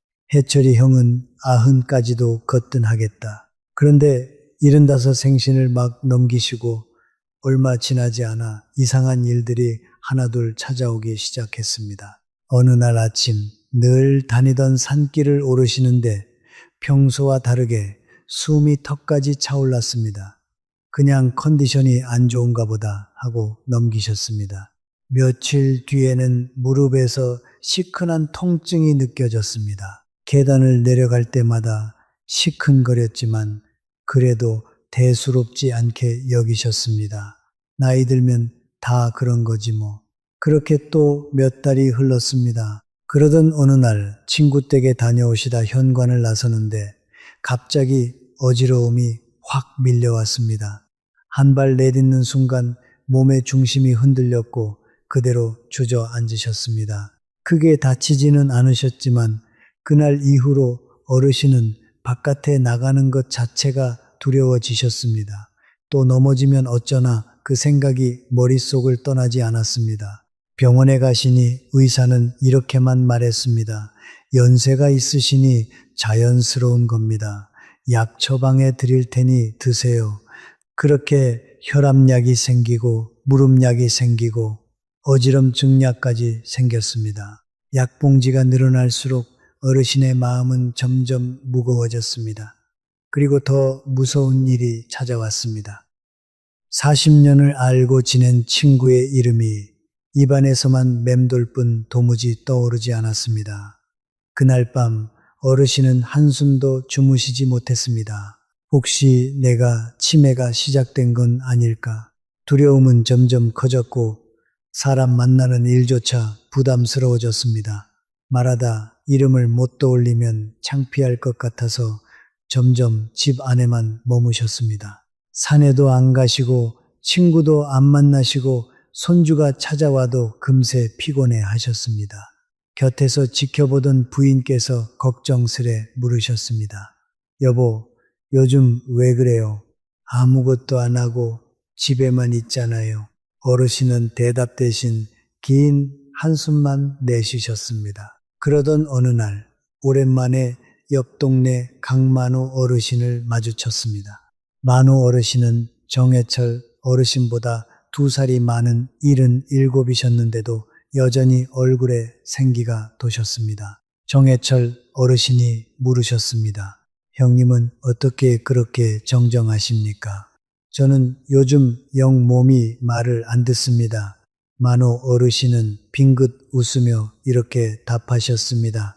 나도 75 넘기고 한참을 힘들었어. 무릎도 쑤시고 숨도 차고 자꾸 깜빡깜빡하고 그런데 동네 보건소 프로그램에서 한 가지를 배웠지. 75은 몸이 통째로 바뀌는 시기라는 거야. 그걸 인정하고 아주 작은 것부터 바꾸면 된다더라고. 그래서 나는 그날부터 아침마다 딱 20분만 천천히 걷고 끼니마다 삶은 달걀 하나씩 더 먹고 일주일에 한 번은 친구들이랑 꼭 얼굴을 봐. 그랬더니 몸이 다시 살아나더라고. 그날 정해철 어르신은 만호 어르신의 말을 곱씹고 또 곱씹으셨습니다. 75은 끝이 아니라 바뀌는 시기였구나. 그리고 바로 다음 날부터 아주 작은 변화를 시작하셨습니다. 아침마다 집 앞 공원을 천천히 한 바퀴 도셨습니다. 끼니마다 달걀을 하나씩 더 드셨습니다. 일주일에 한 번은 옛 친구에게 먼저 전화를 거셨습니다. 처음 한두 주는 아무 변화도 느껴지지 않았습니다. 그런데 한 달이 지나고 2달이 지나자 조금씩 달라지기 시작했습니다. 무릎 통증이 잦아들었고 계단을 올라도 숨이 덜 찼습니다. 무엇보다 마음이 한결 가벼워지셨습니다. 어르신은 그제야 깨달으셨습니다. 75은 포기하는 나이가 아니라 다시 시작하는 나이였구나. 우리 어르신들 가운데 정해철 어르신과 똑같은 길목에서 계신 분들이 참 많으실 겁니다. 그래서 이 사연을 꼭 들려드리고 싶었습니다. 변화를 인정하고 작은 것부터 그리고 혼자가 아니라 함께 이 3가지가 75의 운명을 바꿉니다. 정해철 어르신의 사연에서 우리는 3가지 중요한 가르침을 얻을 수 있습니다. 들어보세요. 첫째, 변화를 인정하는 것입니다. 어르신은 처음에 자신의 몸이 달라지는 것을 한사코 부정하셨습니다. 괜찮아, 곧 나아질 거야. 하지만 부정은 문제를 더 키울 뿐이었습니다. 몸이 보내는 신호를 자꾸 무시하면 작은 문제가 어느새 큰 문제로 자라납니다. 반대로 내 몸이 예전과 다르구나 하고 인정하는 그 순간 비로소 해결의 문이 열립니다. 인정은 포기가 아닙니다. 인정이야말로 회복의 첫걸음입니다. 우리 어르신들께서도 요즘 부쩍 숨이 차거나 깜빡하는 일이 잦아지셨다면 그것을 부끄러워하거나 외면하지 마세요. 그저 담담히 받아들이고 오늘부터 작은 것을 바꾸시면 됩니다. 둘째, 작은 것부터 시작하는 것입니다. 어르신은 강만호 어르신의 조언을 듣고도 거창한 계획을 세우지 않으셨습니다. 매일 20분 걷기, 끼니마다 달걀 하나 더, 일주일에 한 번 친구에게 전화 한 통, 이 사소해 보이는 행동들이 모이고 모여 결국 어르신을 다시 일으켜 세웠습니다. 우리는 종종 큰 변화를 꿈꾸지만 정작 너무 커서 시작조차 못합니다. 그러나 작은 변화는 누구나 할 수 있고 작은 변화가 차곡차곡 쌓이면 인생이 통째로 달라집니다. 오늘 단 10분, 오늘 달걀 하나, 그것이면 충분합니다. 완벽하지 않아도 괜찮습니다. 그저 시작하는 것, 그리고 멈추지 않는 것, 그것이 전부입니다. 셋째, 혼자가 아니라 함께라는 것입니다. 어르신이 다시 일어서실 수 있었던 결정적인 이유는 곁에 강만호 어르신이라는 한 사람이 있었기 때문입니다. 누군가의 따뜻한 한마디, 누군가의 경험과 조언이 무너져가던 분을 다시 세웠습니다. 75 이후에는 관계가 그대로 약이 됩니다. 전화 한 통, 대화 한마디가 외로움을 막고 뇌를 깨우고 삶의 의미를 되찾게 합니다. 단 한 사람이라도 나를 이해하고 응원해주는 사람이 곁에 있다면 우리는 어떤 어려움 속에서도 다시 일어설 수 있습니다. 그러니 힘드실 때 혼자 끙끙 앓지 마세요. 가족이든 친구든 이웃이든 누군가에게 마음을 여세요. 그리고 동시에 우리도 누군가에게 그런 한 사람이 되어줄 수 있습니다. 받기만 하는 것이 아니라 먼저 손을 내미는 것, 그것이 우리 자신을 살리는 길이기도 합니다. 변화를 인정하고 작은 것부터, 그리고 함께 이 세 가지만 마음에 새기셔도 우리 75은 분명히 달라질 것입니다. 여러분, 혹시 외로움이 담배만큼 몸에 해롭다는 말 들어보신 적 있으신가요? 놀라시겠지만 사실입니다. 여러 의학 연구를 종합하면 깊은 외로움 속에 사는 것은 하루에 담배 15개비를 피우는 것만큼 우리 건강에 해롭다고 합니다. 반대로 좋은 관계는 거꾸로 우리 수명을 늘리고 치매를 늦추고 면역력까지 높여줍니다. 미국 하버드 의과대학에서는 무려 75년이라는 긴 세월 동안 무엇이 사람을 건강하고 행복하게 만드는지를 추적했습니다. 그 긴 연구의 결론이 무엇이었을까요? 돈도 아니고 명예도 아니었습니다. 바로 따뜻한 관계였습니다. 곁에 마음을 나눌 사람이 있는 분들이 더 오래, 더 건강하게 사셨습니다. 그러니 사람과의 관계는 우리에게 가장 강력한 보약입니다. 자, 이제 본론으로 들어갑니다.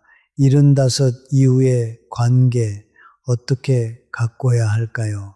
첫째, 일주일에 한 번은 우리가 먼저 누군가에게 연락하세요. 친구든 형제든 조카든 상관없습니다. 길게 통화할 필요도 없습니다. 잘 지내냐? 밥은 먹었냐? 이 짧은 안부 한마디가 외로움을 막고 우리 뇌를 깨웁니다. 전화가 부담스러우시면 짧은 문자 한 줄도 좋습니다. 오늘 날씨 좋네, 건강하게 지내. 이 한 줄이 끊어질 뻔한 관계의 끈을 다시 이어줍니다. 둘째, 일주일에 한 번이라도 사람들이 모이는 자리에 나가세요. 복지관이든 경로당이든 교회든 어디든 좋습니다. 거기서 꼭 새 친구를 사귀어야 하는 건 아닙니다. 그냥 사람들 사이에 섞여 있는 것만으로도 우리 마음은 환해집니다. 셋째, 함께 밥을 드세요. 혼자 먹는 밥은 입맛도 없고 영양도 부실해집니다. 누군가와 마주 앉아 먹으면 자연스레 더 잘 드시게 되고 이야기도 오갑니다. 일주일에 한 번이라도 가까운 사람과 마주 앉아 국수 한 그릇이라도 나눠 드세요. 그런데 여기서 제가 정말 꼭 짚고 넘어가고 싶은 이야기가 하나 있습니다. 관계를 지키려다 오히려 관계를 잃는 경우를 너무 많이 봤기 때문입니다. 바로 모임에서의 돈 문제입니다. 혹시 모임에 나가면 늘 먼저 지갑을 꺼내시는 분 주변에 계시지 않나요? 혹은 여러분이 바로 그런 분이실 수도 있습니다. 좋은 사람으로 보이고 싶어서, 여유 있는 사람으로 보이고 싶어서 매번 먼저 밥값을 내십니다. 처음엔 다들 고마워합니다. 그런데 이상하게도 시간이 지날수록 그 모임에 나오는 사람이 하나둘 줄어듭니다. 왜 그럴까요? 분명 좋은 마음으로 베푼 건데 말입니다. 저는 이 안타까운 장면을 정말 많이 봤습니다. 이유는 이렇습니다. 사람에게는 받으면 갚고 싶어 하는 본능이 있습니다. 선물을 받으면 선물로, 밥을 얻어먹으면 밥으로 갚고 싶은 마음이 본능처럼 일어납니다. 그런데 한 사람이 매번 먼저 내버리면 받는 사람은 갚을 기회를 잃습니다.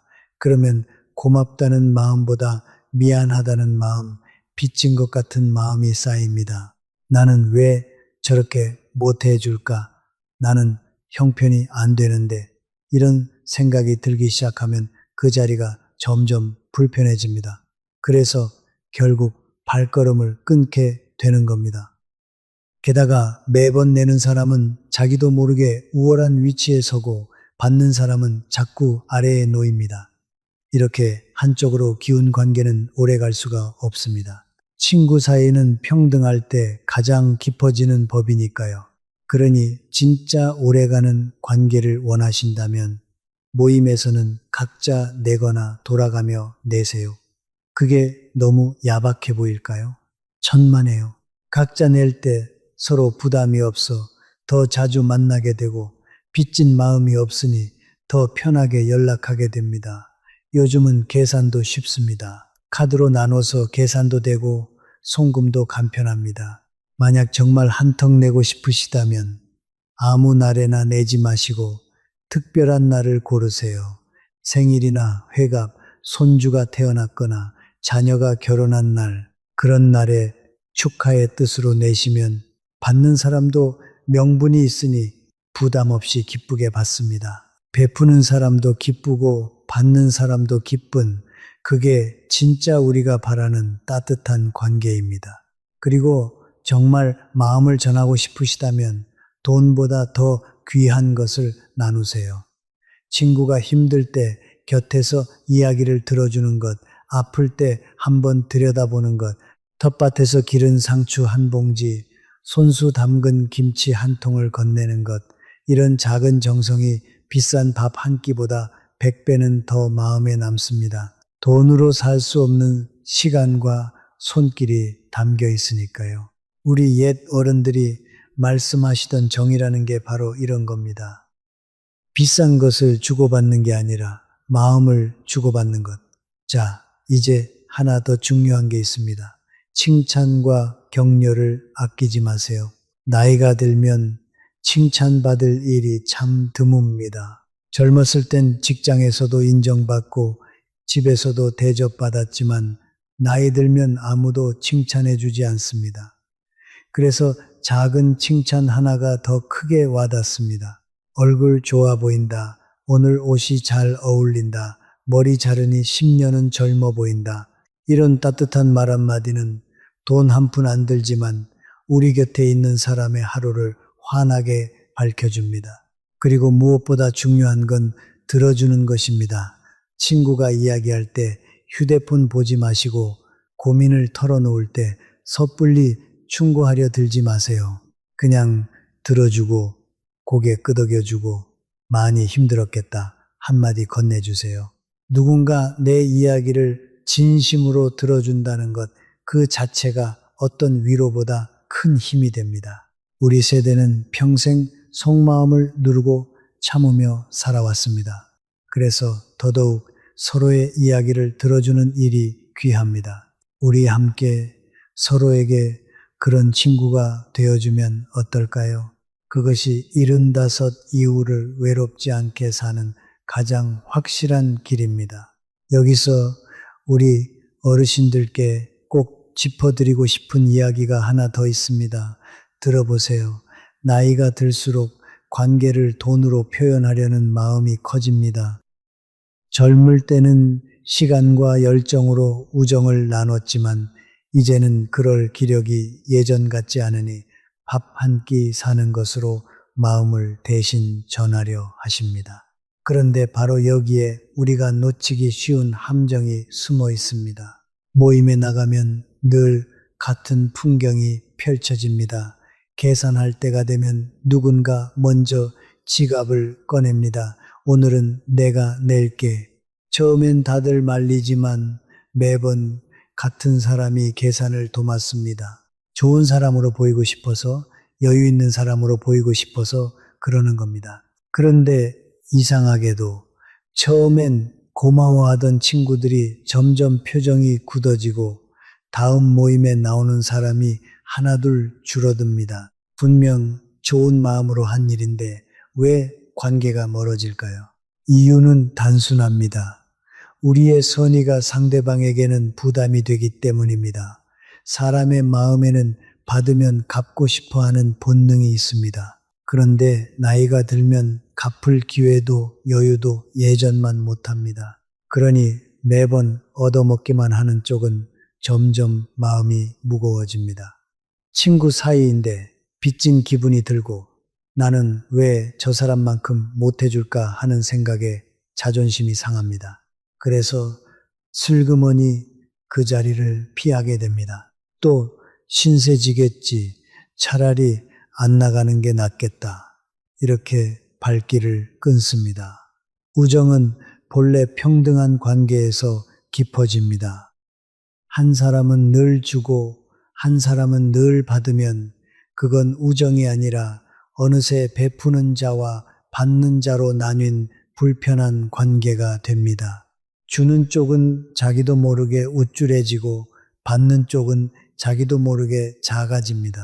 그 미세한 감정의 금이 40년 우정도 서서히 무너뜨립니다. 그렇다면 우리는 어떻게 해야 할까요? 첫째, 가장 좋은 것은 각자 내는 것입니다.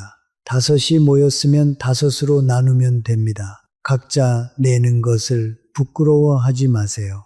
그것은 오히려 나는 여러분과 평등한 사이이고 싶다는 가장 따뜻한 표현입니다. 서로 부담이 없으니 더 자주 만나게 되고 빚진 기분이 없으니 마음 편히 연락하게 됩니다. 둘째, 그래도 정 베풀고 싶다면 돌아가며 내세요. 이번엔 내가, 다음엔 자네가. 결국 모두가 한 번씩 내니 공평하고 누구도 작아지지 않습니다. 셋째, 특별한 날에만 대접하세요. 생일이나 회갑, 손주를 본 날처럼 명분이 있는 날에 한턱 내면 받는 사람도 부담 없이 기쁘게 받습니다. 넷째, 비싼 밥보다 작은 정성을 나누세요. 텃밭에서 기른 채소 한 봉지, 손수 담근 김치 한 통, 직접 만든 반찬 한 그릇, 이런 것들이 오히려 더 따뜻하게 와닿습니다. 돈으로 살 수 없는 시간과 손길이 담겨 있기 때문입니다. 그리고 무엇보다 진짜 선물은 돈이 아니라 마음과 시간입니다.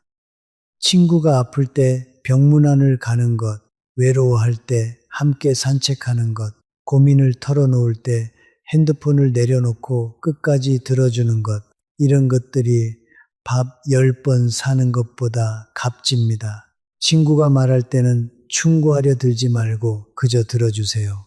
많이 힘들었겠다. 얼마나 속상했겠나.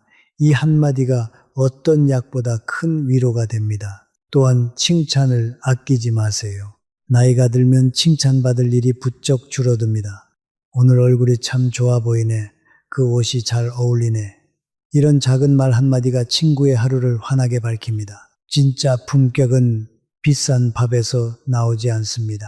상대의 형편을 헤아리고 상대가 불편해하면 곧바로 멈출 줄 아는 그 배려에서 나옵니다.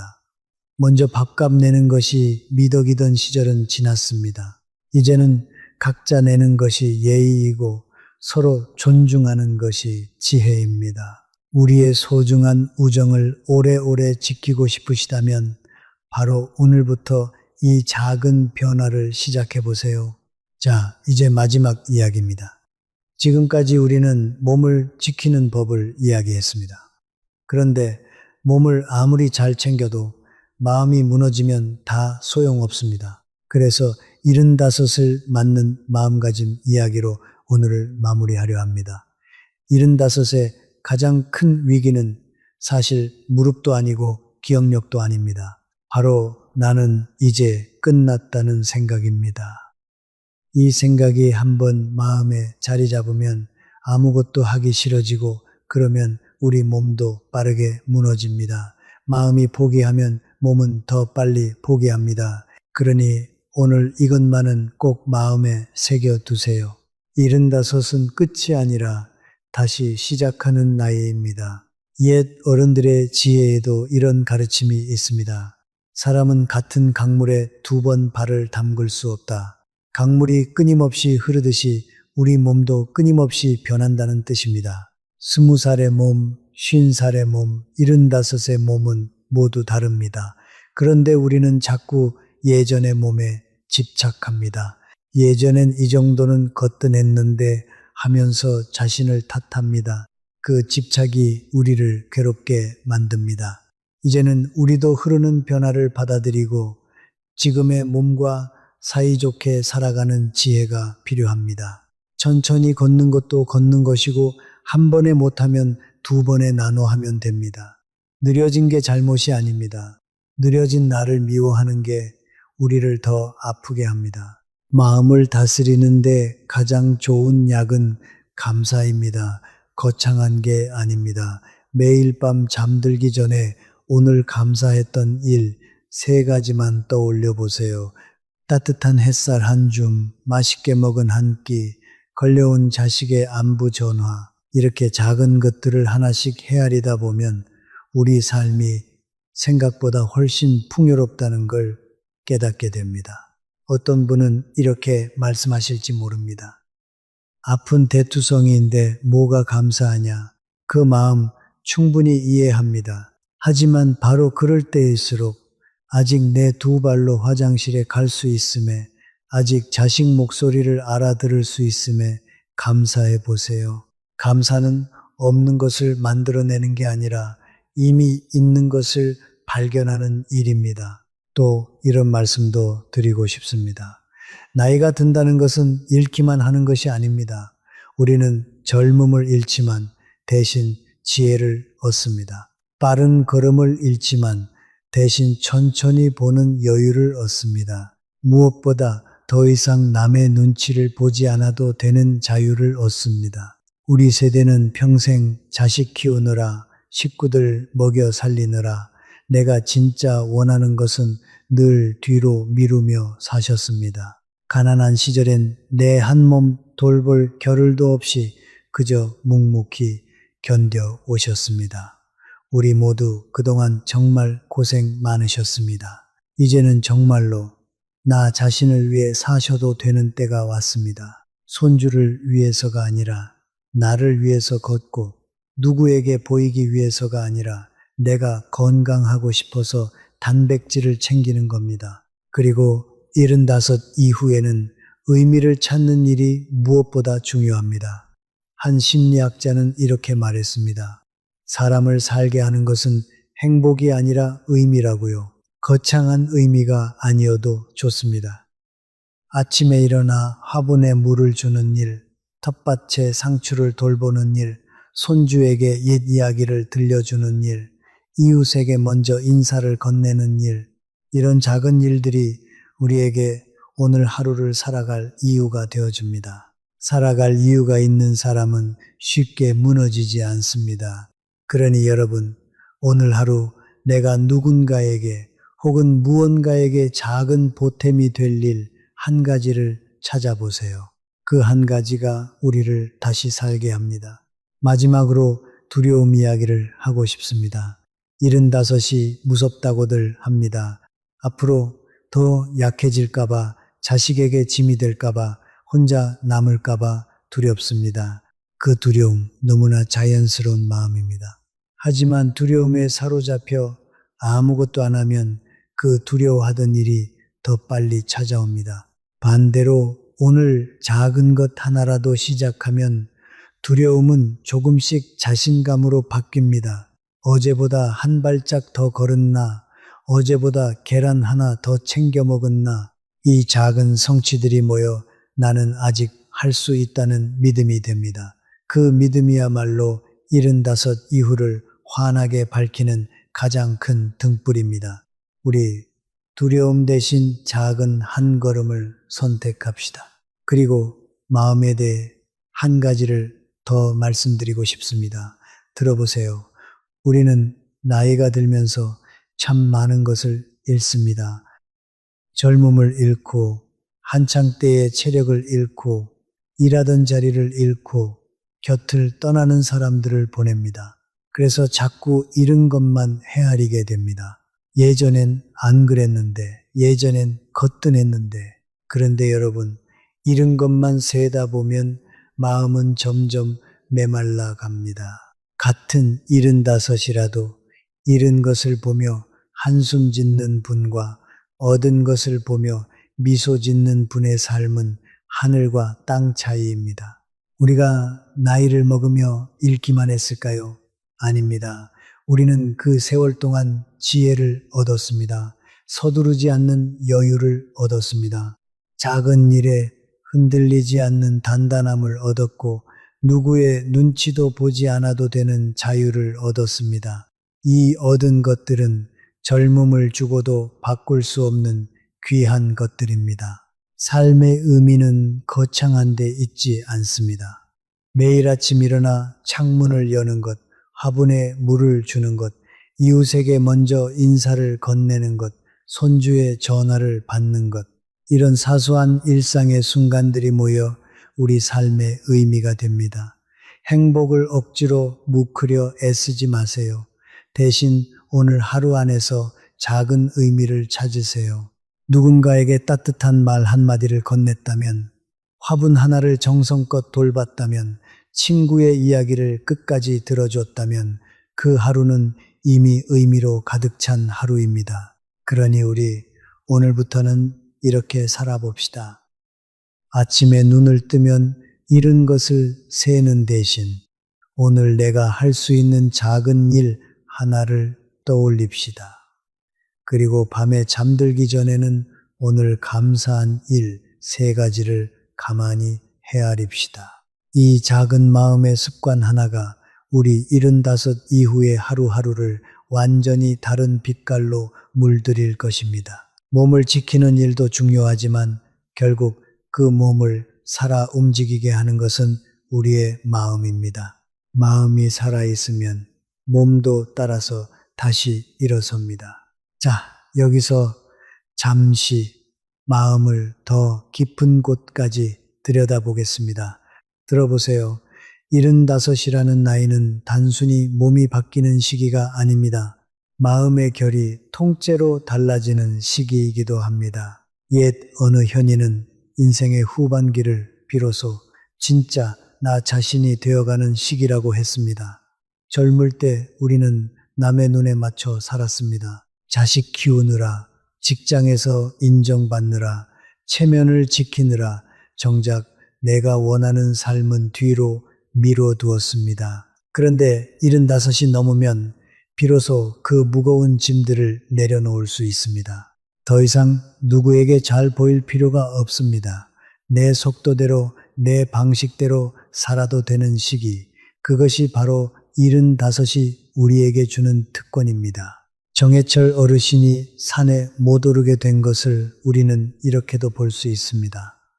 이제는 남에게 정정해 보이려 애쓰지 않아도 되는 시기가 온 것이라고. 대신 우리 몸이 원하는 속도로, 우리 마음이 편한 방식으로 살아가면 됩니다. 또 다른 옛 가르침에서는 인생의 마지막 길목에서 우리가 두 갈래 길 앞에 선다고 했습니다.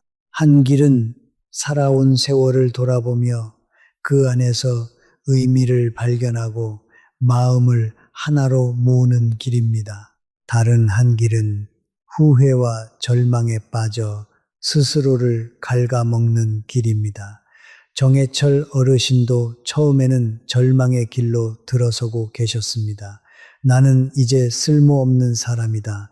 그런데 강만호 어르신을 만나고 작은 변화를 시작하면서 통합의 길로 돌아서셨습니다. 나는 여전히 살아있고 여전히 할 수 있는 사람이다. 바로 이 한 끗 차이가 75 이후의 삶을 완전히 갈라놓습니다. 그러니 우리 지나온 세월을 후회의 눈으로 보지 맙시다. 그 안에는 우리가 웃고 울고 사랑하고 견뎌낸 위대한 이야기가 가득 담겨 있습니다. 그 세월이 지금의 우리를 만들었습니다.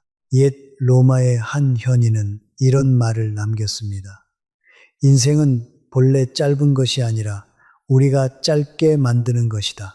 많은 분들이 75이 되면 이제 남은 시간이 얼마 없다고 한숨을 쉬십니다. 그런데 정말 중요한 것은 시간의 길이가 아니라 시간의 깊이입니다.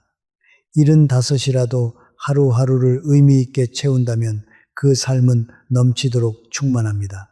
반대로 한창 때라도 하루를 허투루 흘려보낸다면 그 삶은 텅 빈 것입니다. 매일 아침 눈을 뜨는 것, 그 자체가 이미 큰 선물입니다. 오늘 하루를 무엇으로 채울지는 오직 우리 자신의 손에 달려 있습니다. 옛 동양의 한 스승은 이른이 되니 마음이 가는 대로 해도 법도에 어긋나지 않더라고 했습니다. 평생 절제하고 참아온 사람만이 다다를 수 있는 경지입니다. 75세에 우리가 바로 그 자리에 서 있습니다. 더 이상 남의 눈치를 보지 않아도 됩니다. 마음이 시키는 대로 그러나 곱고 단정하게 살아가면 됩니다. 이것이 나이가 우리에게 선물한 자유입니다. 그러니 75을 두려워하지 마세요. 이런 것만 헤아리지 마세요. 우리는 분명 젊음과 체력을 조금 잃었지만 그 대신 지혜와 여유와 너그러움과 자유를 얻었습니다. 어느 쪽을 바라보며 살 것인가? 그 선택이 우리의 남은 20년을 결정합니다. 정해철 어르신은 희망 쪽을 바라보기로 하셨습니다. 그리고 그 선택이 어르신의 인생을 다시 살려냈습니다. 우리도 충분히 할 수 있습니다. 바로 오늘, 지금 이 순간부터 말입니다. 그리고 우리 어르신들 마음 한구석에는 늘 자식 걱정이 자리하고 있습니다. 내가 아프면 자식들이 고생할 텐데, 내가 누우면 손주들이 마음 아파할 텐데, 그 마음이 바로 우리가 건강을 지켜야 할 가장 큰 이유이기도 합니다. 우리가 매일 15분을 걷고 끼니마다 단백질을 챙기고 약을 제때 먹는 것은 단지 우리 자신만을 위한 일이 아닙니다. 자식들에게 짐이 되지 않고 손주들 앞에서 정정한 모습을 오래오래 보여주려는 그 깊은 사랑의 표현입니다. 평생 자식을 위해 헌신해 오신 우리 어르신들께서 이제는 자신의 몸을 챙기는 것으로 그 사랑을 이어가시는 겁니다. 건강하게 오래 곁에 머무는 것, 그것이야말로 자식에게 줄 수 있는 가장 큰 선물입니다. 또한 우리는 평생 체면을 지키며 단정하게 살아왔습니다. 남들 앞에서 흐트러진 모습을 보이고 싶지 않은 그 마음 너무나 잘 압니다. 그러나 건강을 챙기는 일에는 체면을 내려놓으셔도 됩니다. 복지관 체조교실에 나가는 것도, 보건소 프로그램에 등록하는 것도 결코 부끄러운 일이 아닙니다. 오히려 자신을 아끼고 가족을 생각하는 가장 지혜롭고 품격 있는 선택입니다. 우리 함께 그 한 걸음을 내딛어 봅시다. 자, 정리해 드리겠습니다. 지금까지 들으신 내용을 오늘 당장 실천하실 수 있는 10가지로 묶어 드리겠습니다. 첫째, 오늘부터 매일 15분씩 천천히 걸으세요. 둘째, 내일 아침부터 끼니마다 단백질을 한 가지씩 더 챙기세요. 삶은 달걀 하나, 두부 한 모, 생선 한 토막이면 충분합니다. 셋째, 하루에 물을 5잔 이상 시간을 정해놓고 나눠 드세요. 넷째, 의자에 앉았다 일어서기를 하루 10번씩 해보세요. 다섯째, 약은 정해진 시간에 봉지째 모아 석 달에 한 번 병원에서 점검받으세요. 여섯째, 낮잠은 30분을 넘기지 마세요. 일곱째, 잠들기 1시간 전에는 화면을 끄세요. 여덟째, 일주일에 한 번은 누군가에게 먼저 연락하세요.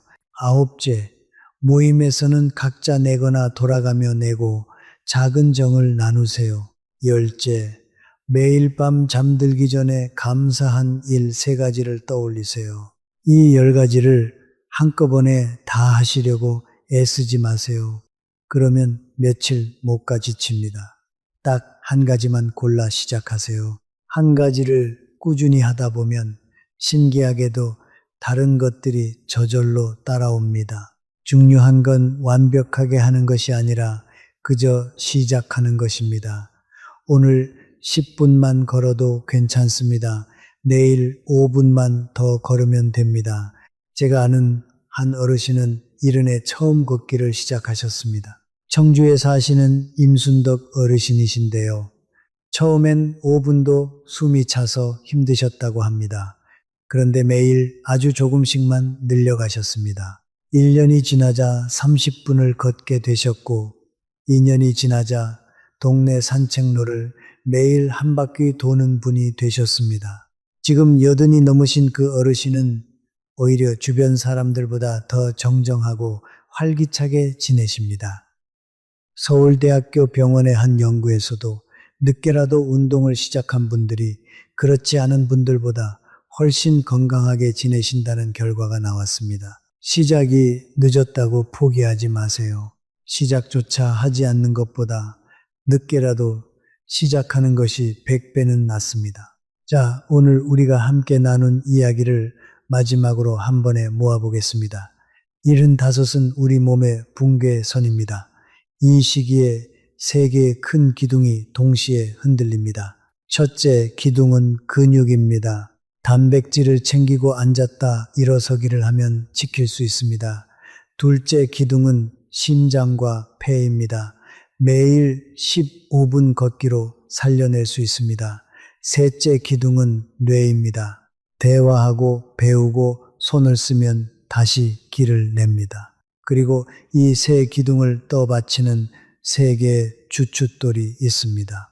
바로 물과 약과 잠입니다.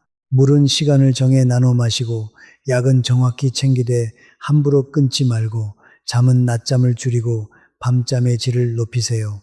여기에 한 가지를 더 얹어야 합니다. 바로 관계입니다. 외로움은 우리 몸을 갉아먹고 따뜻한 관계는 우리 수명을 늘립니다.